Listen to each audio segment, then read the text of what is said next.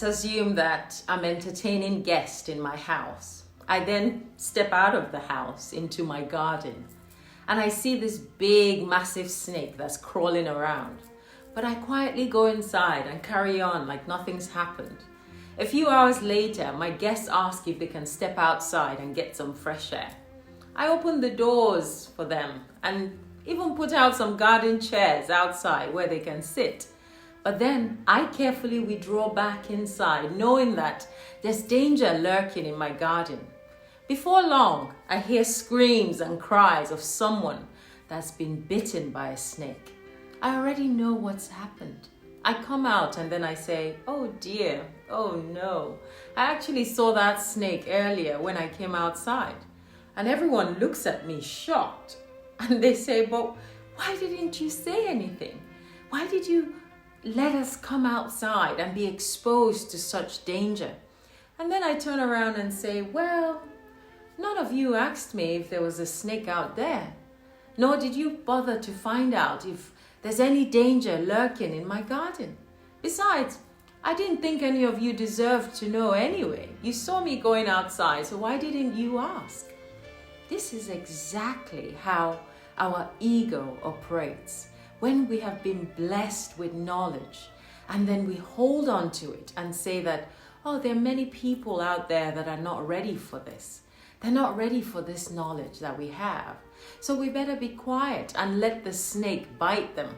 Or I scrutinize them first and see if they're serious about it. See which one deserves the knowledge that I have been blessed with.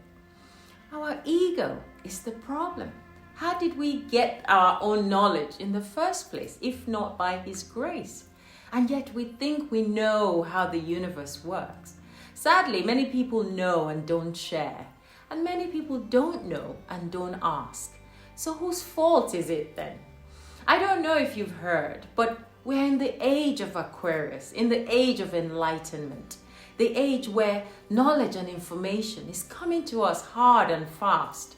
And we must discern what is right for us. There will be a lot of teachers as the students get themselves ready. And there will be a lot of students as the teachers begin to live as an example of the knowledge that they have. And so ignorance is no longer a choice because the knowledge is out there.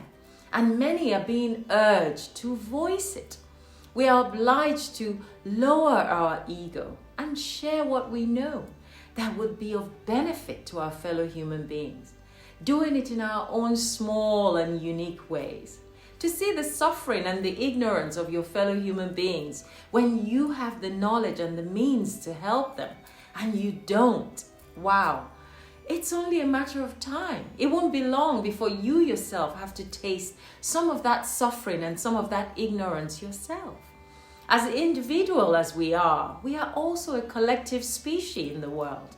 What you do affects me, and what I think about affects you and the world that we live in.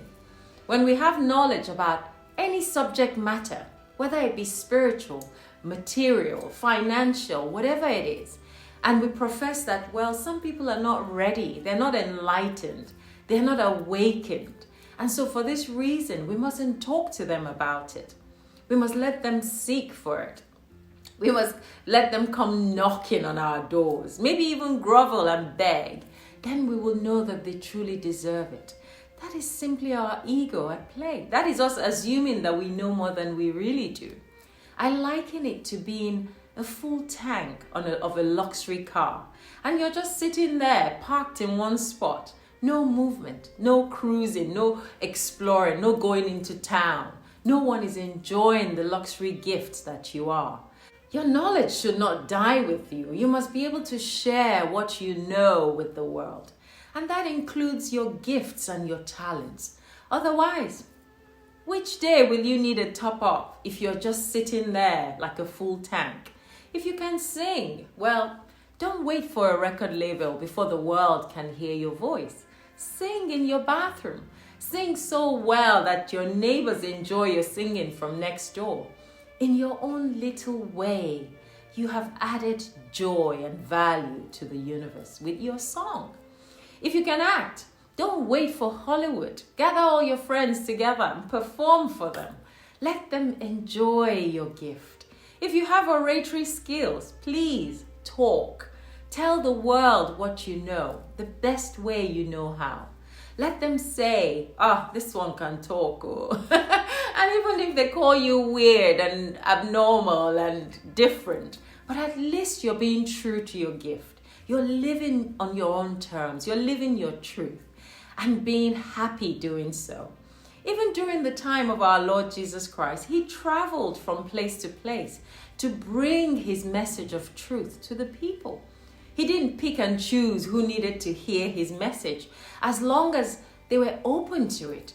And many were not open to it until much later, when they went back to their homes and reflected on it. The condition for which you were given your gift and your talent does not require a large audience. When people are ready, they will embrace your gift. So don't bury it because you think that you don't have an audience or you don't have spectators. Start by being your own spectator. And don't hold it back for 1 second, as long as you and one other person in the world is finding benefit from it. I remember a friend of mine coming to my house many years ago and telling me about using herbs to heal my body rather than the pharmaceutical drugs that were harming my body. He even brought me some herbs at the time to my house, and he gave it to me. I heard him, but I wasn't ready at that time. And then fast forward a few years later, during COVID, those herbs were sitting in my cupboard.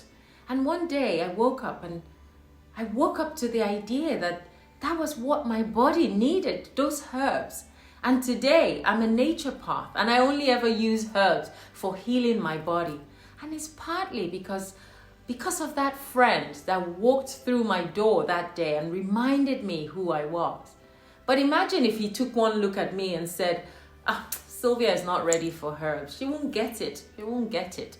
Today, I will still be stuck with the ignorance of using pharmaceutical drugs on my body. We must put out in the world. We must give of ourselves. We must give more of ourselves, however way we choose to do so. And when those in need, those that it is intended for, some of them yet unborn, when they're ready, they will find their way to it. I've come to realize that for me, the best way to learn more is to share the little that I already know, and then more will be added on to me thereafter. It's a win-win.